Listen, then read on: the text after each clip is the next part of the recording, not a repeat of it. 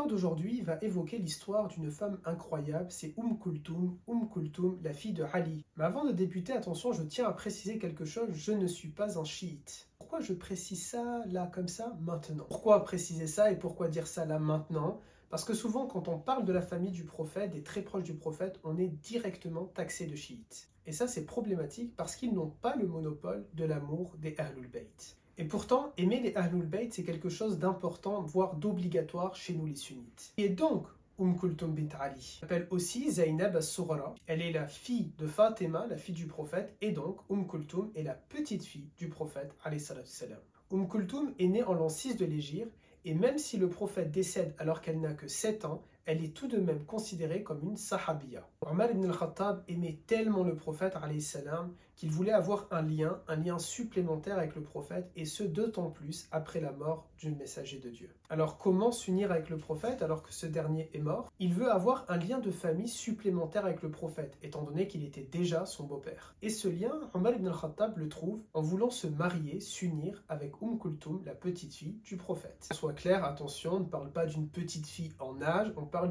d'une petite fille sur le plan généalogique. Elle est la petite fille du prophète, mais je vous rassure, elle n'était pas petite. Elle aura 2 enfants avec Omar, Zayd, qui était l'objet de l'épisode précédent, et Ruqayya. Lorsque le grand Omar ibn al-Khattab est assassiné par un hypocrite à la prière d'Al-Fajr, elle se retrouve veuve et mère de 2 enfants, et elle épousera du coup, en deuxième noce, en seconde noce, un de ses cousins.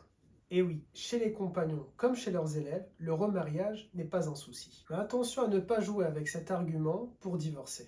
Kulthum chercha par tous les moyens à faire da'wa, notamment ce fameux jour où elle offrit un parfum à Martina en lui écrivant une lettre qui est Martina, la fille de l'empereur byzantin. Martina, touchée, offrit un collier en retour à Kulthum. Kulthum bint Ali, l'authentique, la compagnonne, pas celle que l'on connaît au Liban, est une femme très ascète et elle a été reconnue pour ces qualités-là. Il y a tellement de choses à dire sur Kulthum bint Ali, mais faute de temps, et en attendant de vous retrouver dans un épisode plus long à son sujet, je vous donne rendez-vous pour le prochain épisode, l'épisode 8, au sujet de Fatima, la fille du prophète, et en l'occurrence la mère de Kulthum.